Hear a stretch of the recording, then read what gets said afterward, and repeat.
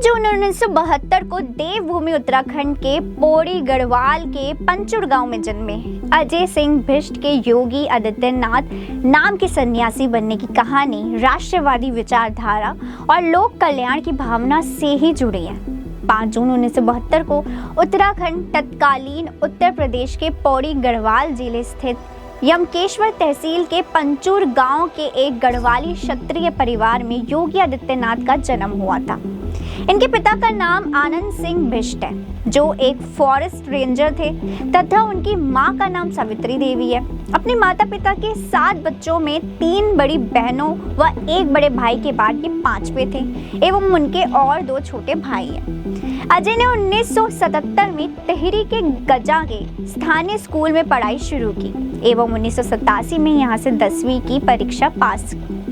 साल 1989 में ऋषिकेश के श्री भरत मंदिर इंटर कॉलेज से इन्होंने इंटरमीडिएट की परीक्षा पास की।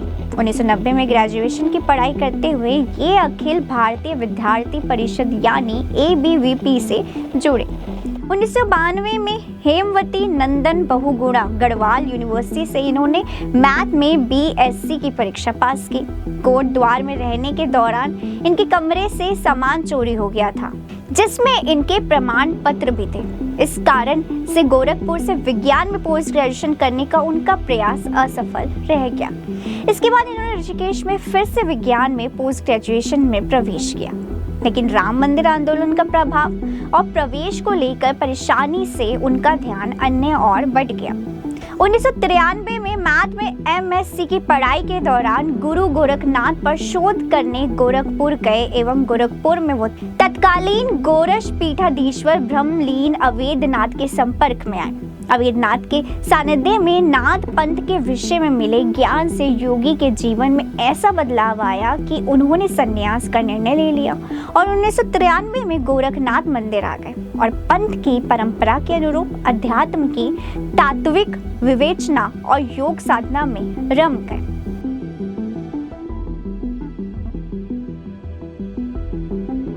नाथ पंथ के प्रति निष्ठा और साधना देखकर महंत अवेद्यनाथ ने 15 फरवरी 1994 को गोरश पीठ का उत्तराधिकारी बना दिया।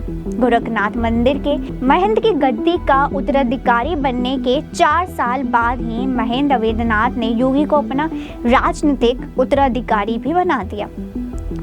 जिस गोरखपुर से महंत अवेद्यनाथ 4 बार सांसद रहे हैं, उसी सीट से योगी 1998 में 26 वर्ष की उम्र में बीजेपी के टिकट से लोकसभा पहुंच गए। ये वही दौर था जब गोरखपुर की राजनीति पर 2 बाहुबली नेताओं हरिशंकर तिवारी और वीरेंद्र प्रताप शाही की पकड़ कमजोर हो रही थी।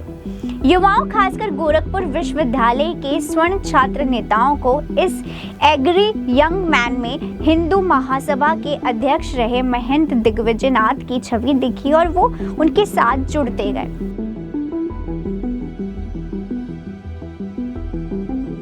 अप्रैल 2002 में योगी आदित्यनाथ ने अपने धर्म एवं संस्कृति की रक्षा के लिए निजी सेना हिंदू युवा वाहिनी का गठन किया, जिसे वो सांस्कृतिक संगठन कहते हैं और जो ग्राम रक्षा दल के रूप में हिंदू विरोधी, राष्ट्र विरोधी और माओवादी विरोधी गतिविधियों को नियंत्रित करता था। जबकि हिंदू युवा वाहिनी के ऊपर मुसलमानों पर हमले और सांप्रदायिक हिंसा भड़काने में गोरखपुर, देवरिया, महराजगंज, कुशीनगर, सिद्धार्थनगर से लेकर मऊ, आजमगढ़ तक दर्जनों मामले दर्ज हुए थे। खुद योगी आदित्यनाथ पर भी हत्या के प्रयास, दंगा करने, सामाजिक सद्भाव को नुकसान पहुंचाने, 2 समुदायों के बीच नफरत फैलाने, धर्मस्थल को क्षति पहुंचाने जैसे आरोपों में 3 केस दर्ज हुए थे। इस संगठन के काम से लोग प्रभावित होने लगे, जिसका फायदा योगी को राजनीतिक क्षेत्र में हुआ। 2004 में तीसरी बार लोकसभा का चुनाव जीता। 2009 में योगी 2 लाख से ज्यादा वोटों से जीतकर लोकसभा पहुंचे। हिंदू युवा वाहिनी के इन कामों से गोरखपुर में उनकी जीत का अंतर बढ़ने लगा और साल 2014 का चुनाव वो 3 लाख से भी अधिक वोट से जीते। योगी आदित्यनाथ की सबसे बड़ी खासियत जनता से सीधा संवाद और संपर्क है। लोग उनमें महंत दिग्विजयनाथ के तेवर और महंत अवेद्यनाथ का सामाजिक सेवा कार्य का जोग देखते हैं। मात्र 22 साल की उम्र में अपने परिवार का त्याग कर पूरे समाज को परिवार बना लेने वाले योगी आदित्यनाथ ने लोक कल्याण को ध्येय बनाने के क्रम में ही अध्यात्म के साथ साथ राजनीति में भी कदम रखा और मात्र 26 की उम्र में लोकसभा के सबसे कम उम्र के सदस्य बन गए। फिर तो राजनीति में उनके कदम जो बढ़े वो बढ़ते ही गए। गोरखपुर की जनता ने योगी को लगातार 5 बार अपना सांसद चुना। ये सिलसिला चल ही रहा था कि उनकी राजनीतिक क्षमता को देखते हुए 2017 में भाजपा नेतृत्व ने उन्हें प्रदेश के मुख्यमंत्री का दायित्व सौंप दिया। मुख्यमंत्री के रूप में शपथ लेने के बाद योगी ने उत्तर प्रदेश के लॉ एंड ऑर्डर को दुरुस्त कर बिजनेस एवं इन्वेस्टमेंट को बढ़ावा दिया, जिससे उत्तर प्रदेश बीमारों राज्यों की श्रेणी में बाहर निकलकर भारत की फास्ट ग्रोइंग इकोनॉमी में शामिल हो गई है। योगी आदित्यनाथ उत्तर प्रदेश के सबसे लंबे समय तक शासन करने वाले मुख्यमंत्री हैं। उन्होंने 8 साल 323 दिन तक शासन करने का रिकॉर्ड बनाया।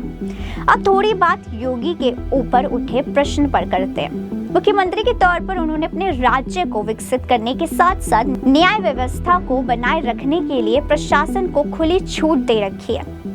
अपराधियों और माफियाओं पर लगाम कसने के लिए योगी उनकी संपत्तियों और जमीनों पर बुलडोजर चलाने की कार्रवाई करते हैं, जिस कारण कुछ लोग उनकी बुलडोजर कार्रवाई का विरोध करते हैं। उनसे जुड़ा दूसरा विवाद मुसलमानों से है।